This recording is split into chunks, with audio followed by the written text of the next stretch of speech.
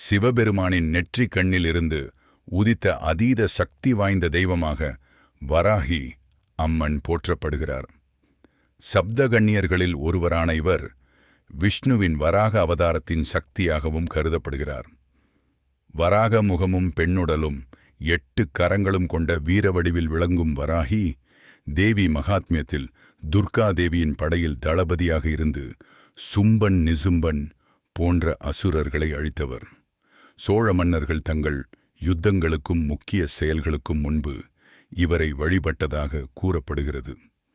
தமிழ்நாட்டில் தஞ்சாவூர், உத்திரகோசமங்கை, காஞ்சிபுரம் போன்ற புனித தலங்களில் வராகி அம்மன் அருள் பாலிக்கிறார். குறிப்பாக தேய்பிறை பஞ்சமி, பௌர்ணமி மற்றும் அமாவாசை நாட்களில் இரவு நிசப்த நேரமான 8 மணி முதல் 10 மணி வரை இவரை வழிபட்டால் மன அமைதி, எதிரிகளை வெல்வது மற்றும் செல்வ வளம் போன்ற பல அருள்களை வராகி அம்மன் வழங்குவார் என்று பக்தர்கள் நம்புகின்றனர். உங்களுக்கு வராகி அம்மன் பிடிக்கும் என்றால் கமெண்டில் வராகி போற்றி போற்றி கமெண்ட் பண்ணுங்க, லைக் பண்ணுங்க, சேனலை சப்ஸ்கிரைப் பண்ணுங்க.